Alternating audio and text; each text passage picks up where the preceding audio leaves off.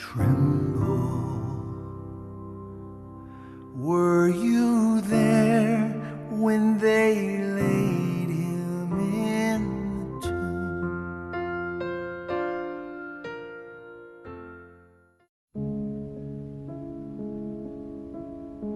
Jésus a été arrêté, condamné à mort, ils l'ont crucifié. Sur la croix, il est mort. C'était un vendredi. Il fut mis au tombeau.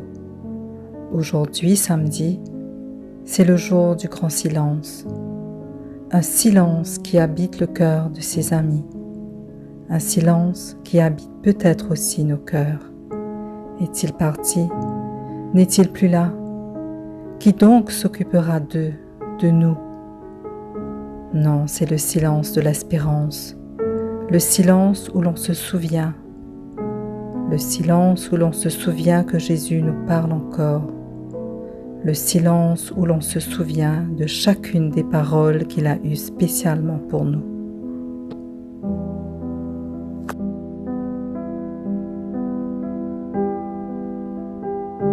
Je me souviens, Seigneur, que tu aimes les pécheurs. Tu ne les juges pas, tu ne les condamnes pas. Comme toi, devant la femme adultère, tu nous invites, nous aussi, à ne pas condamner, à ne pas juger et à faire confiance à ton regard sur nous. Et Jésus lui dit, « Je ne te condamne pas non plus. Va et ne pêche plus. »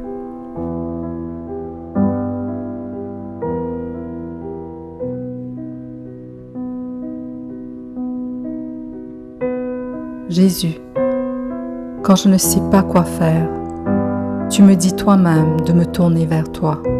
Tu me parles, tu me montres le chemin. Il me suffit de te demander. Souvenez-vous de la parole que je vous ai dite. Levez-vous, n'ayez pas peur. Demandez et l'on vous donnera. Car quiconque demande reçoit.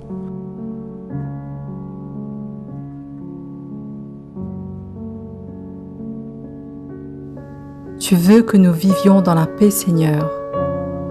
Tu veux que nous soyons signes de ton amour. Tu nous laisses des paroles de vie. Ce que vous voulez que les hommes fassent pour vous, faites-le de même pour eux. Aimez vos ennemis. Faites du bien et prêtez sans rien espérer. Soyez donc miséricordieux, comme votre Père est miséricordieux.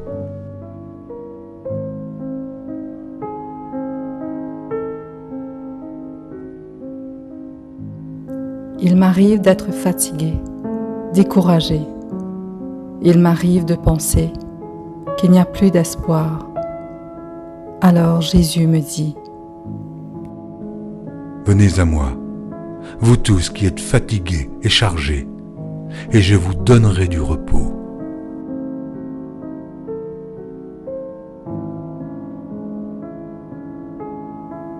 Lors de son dernier repas, Jésus s'agenouille aux pieds de ses amis.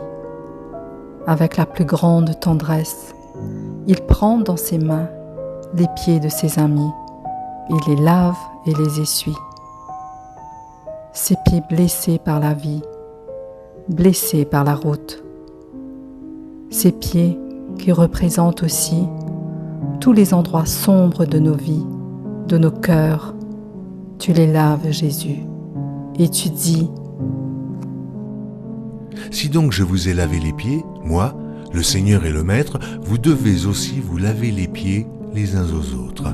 Je vous donne un commandement nouveau.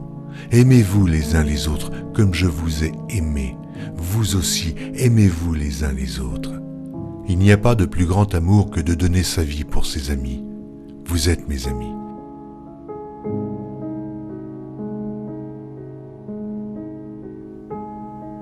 Le mendiant d'amour, le mendiant de joie, c'est moi. L'aveugle qui est dans le noir, c'est moi, c'est toi. Et comme à l'aveugle Bartimée, Jésus me dit, « Que veux-tu que je fasse pour toi ?»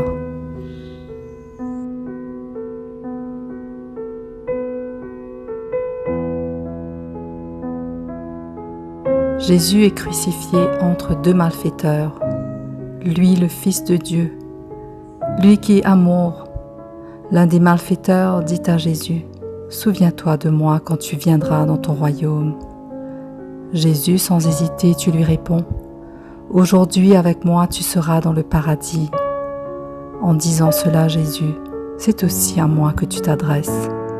Toi qui es l'amour, la joie, le pardon, l'espérance, toi qui m'aimes tant, tu dis d'abord, « Père, pardonne-leur, ils ne savent pas ce qu'ils font. » Puis avec tendresse, tu me dis, « Tu seras avec moi dans le paradis. »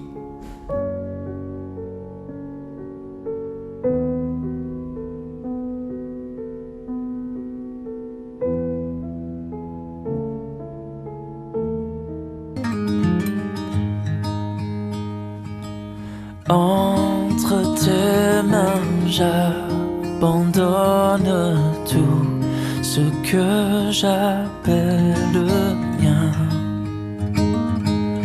Oh, ne permets à personne, Seigneur, d'en reprendre rien. Oui, prends tout, Seigneur. Oui, prends tout, Seigneur. Entre tes mains, j'abandonne tout avec bonheur.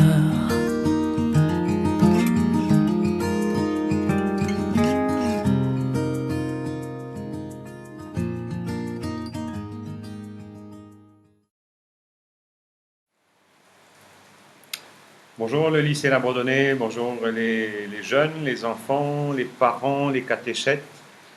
Alors c'est de la grosse pluie éthiopienne que je vous envoie ce petit message, alors que nous sommes chacun confinés, et j'espère que c'est pas trop difficile en famille.